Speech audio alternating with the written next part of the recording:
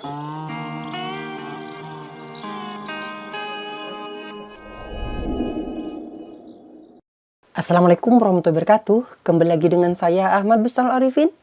Pada kesempatan kali ini saya mendapatkan sebuah kabar gembira bagi Bapak Ibu semua. Nah, di sini Bapak Ibu terkait dengan adanya reformulasi P3K Tenaga Teknis, dengan kata lain reformulasi optimalisasi P3K Tenaga Teknis, sudah ada yang menginformasikan di salah satu kabupaten. Seperti apa? Coba kita simak nantinya.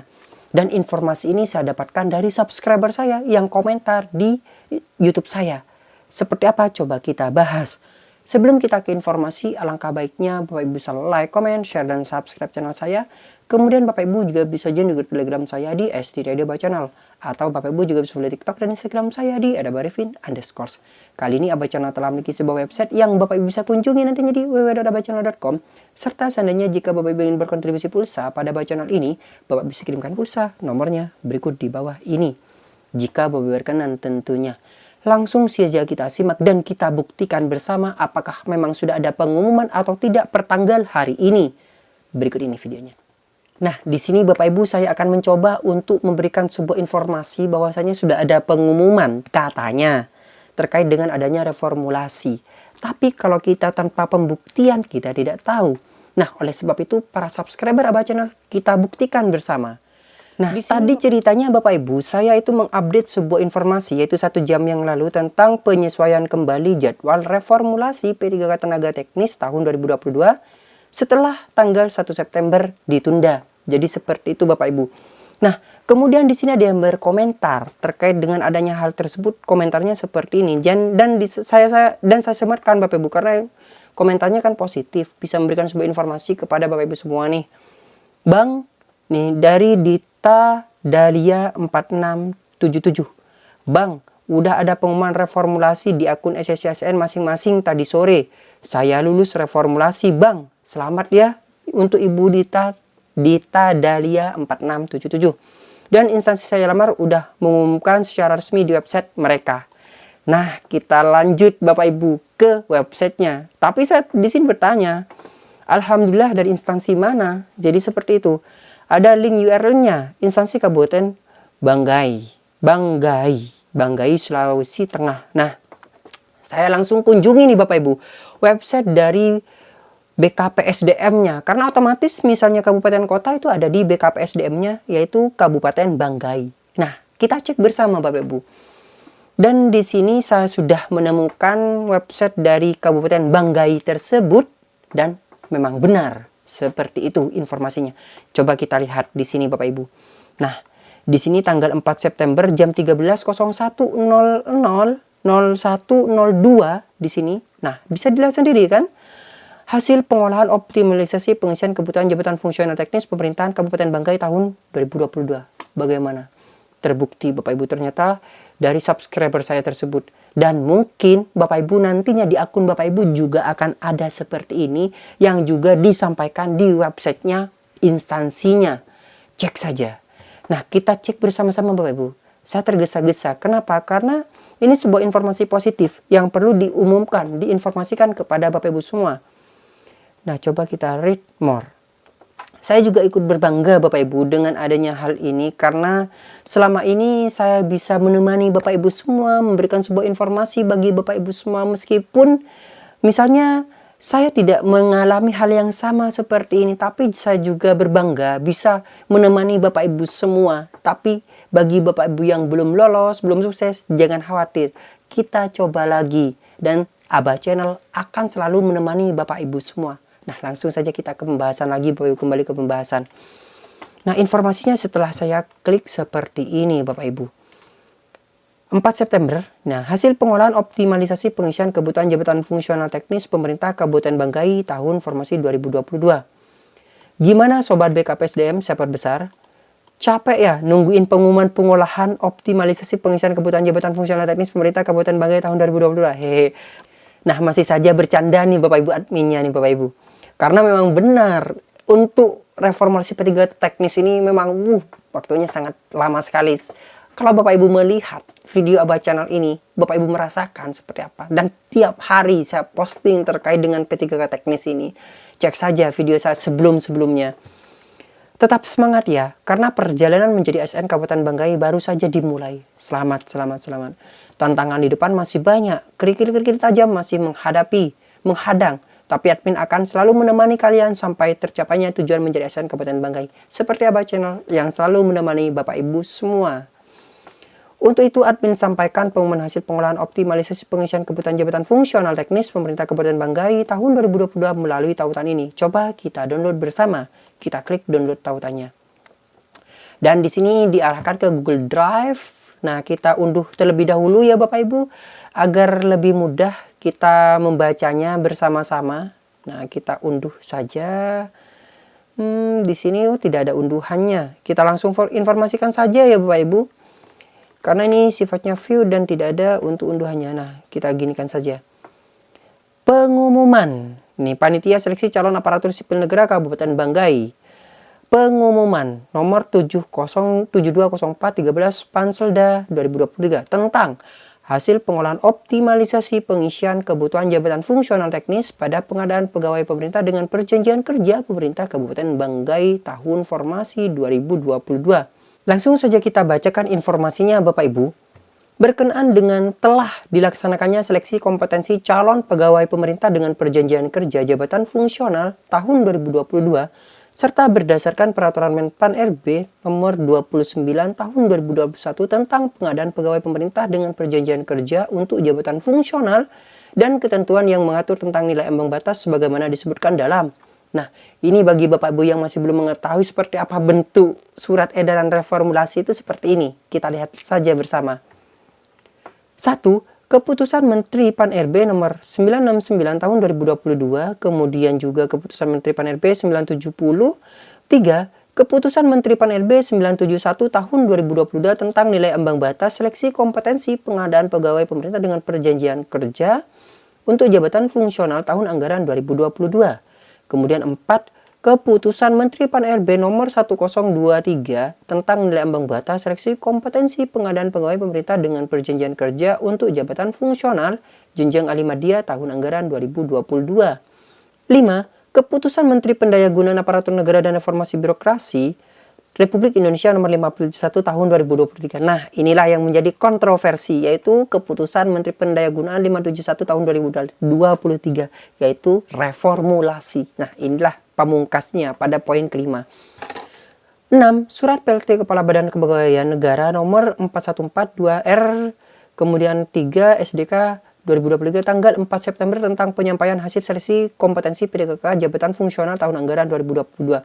Jadi Bapak Ibu, hari ini sebenarnya BKN mungkin sudah menginformasikan nih ke instansi masing-masing Bapak Ibu. Mungkin melalui akun SSCSN tentang hasil pengolahan nilainya.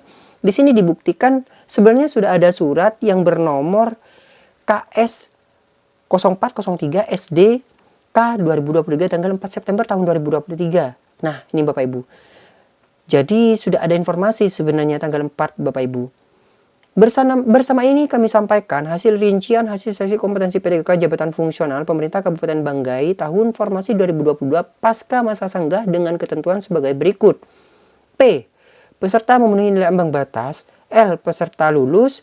L2. Peserta yang lulus berdasarkan nilai ambang batas dan peringkat terbaik dalam jabatan dan pendidikan yang sama setelah perpindahan formasi dari lokasi formasi yang berbeda dari nilai paling tinggi kompetensi teknisnya.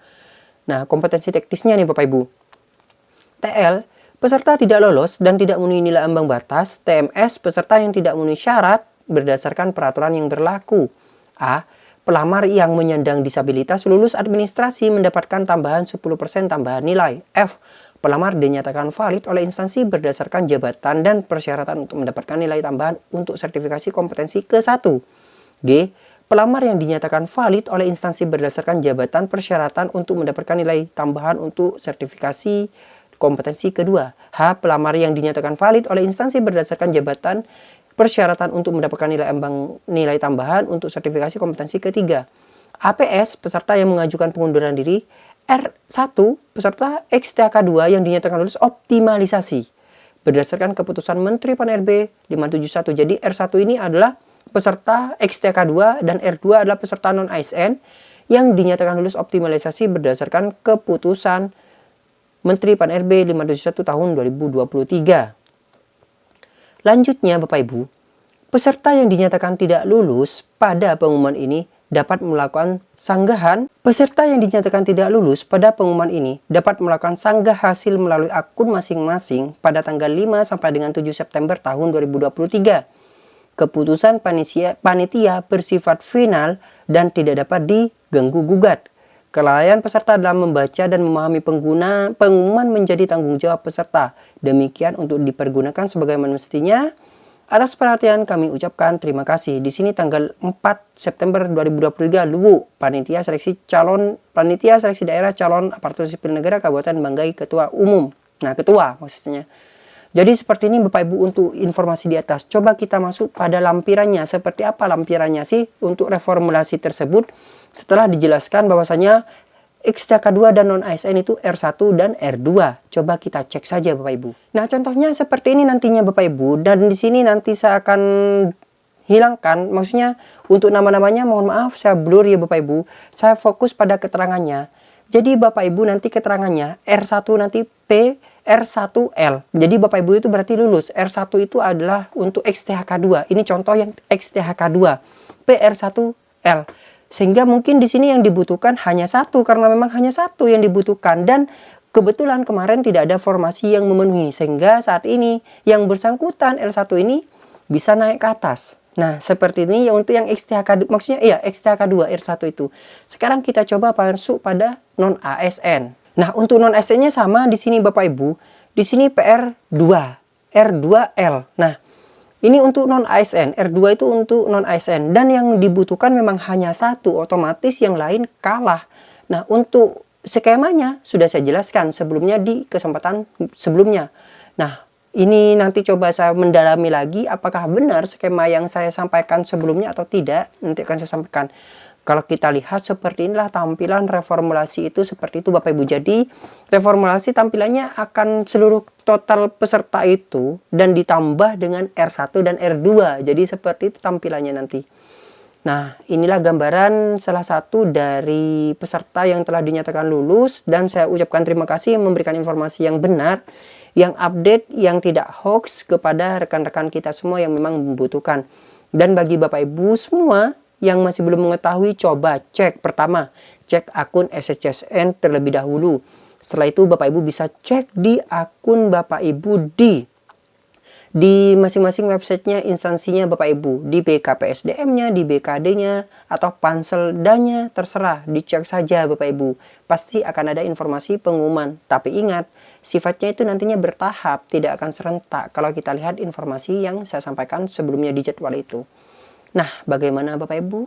Sudah puas dengan informasi ini yang ditunggu-tunggu oleh Bapak Ibu semua selama ini?